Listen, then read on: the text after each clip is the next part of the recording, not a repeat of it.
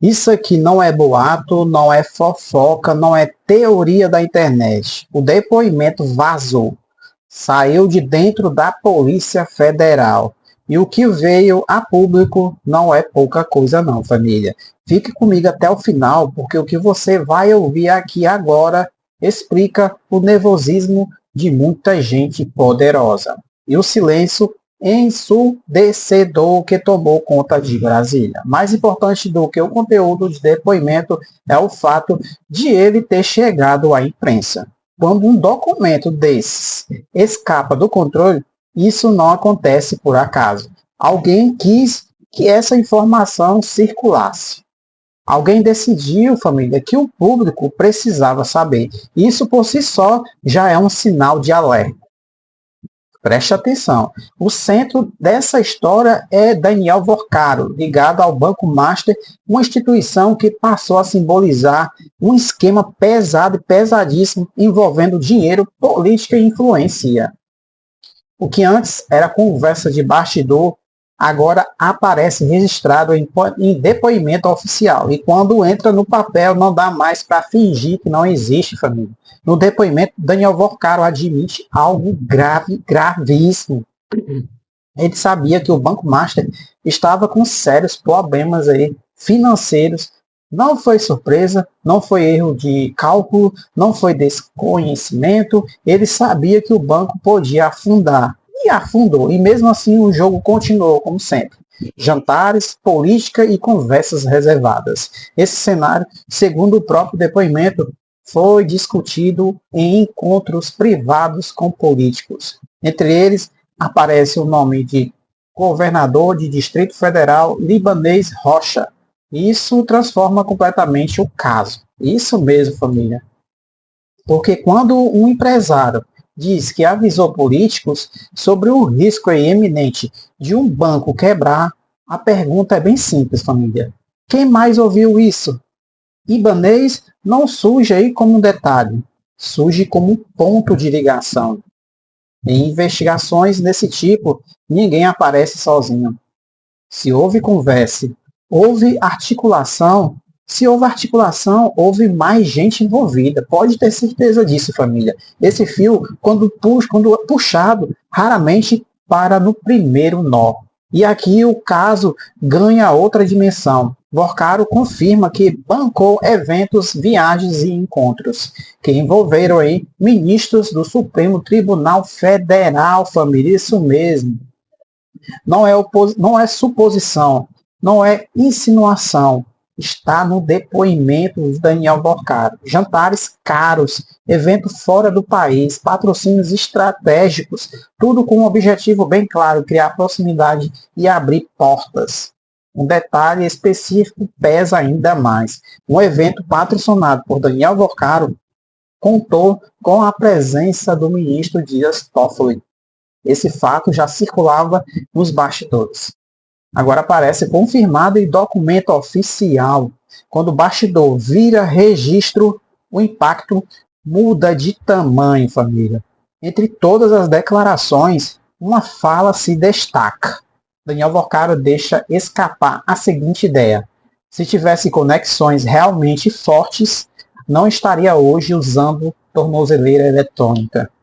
Isso não é desabafo, é recado. E quem entende o jogo sabe exatamente para quem esse recado foi enviado. Vocês sabem, família? Deixa aí sua opinião nos comentários. Essa frase abre dois caminhos possíveis.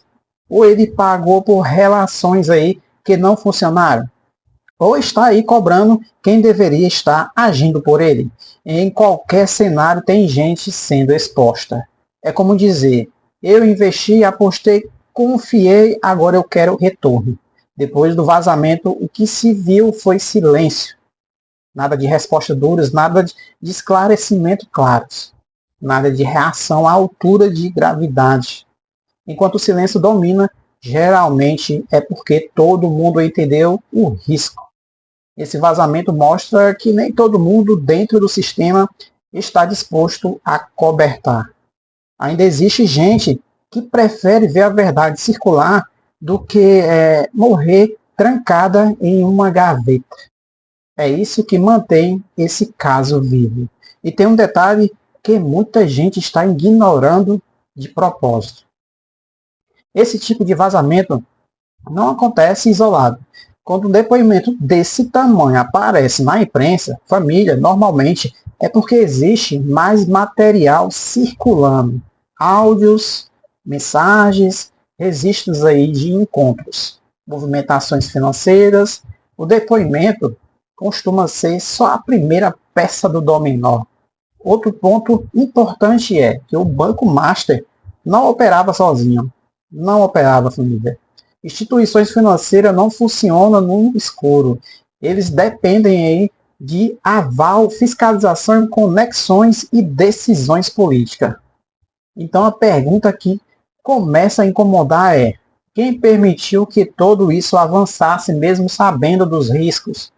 Porque quando alguém admite que sabia que o banco podia quebrar, o problema deixa de ser só financeiro e passa a ser institucional.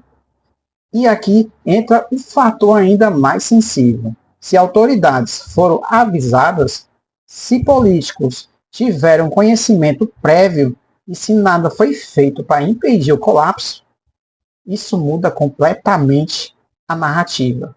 Não é mais erro, não é mais má gestão, é omissão. E omissão, nesse nível, cobra aí o preço alto e altíssimo. Outro ponto aí que merece atenção é a naturalidade com que Daniel Vocaro fala sobre bancar eventos, jantares e viagens. Isso mostra como esse tipo de prática acabou sendo normalizada em certos círculos.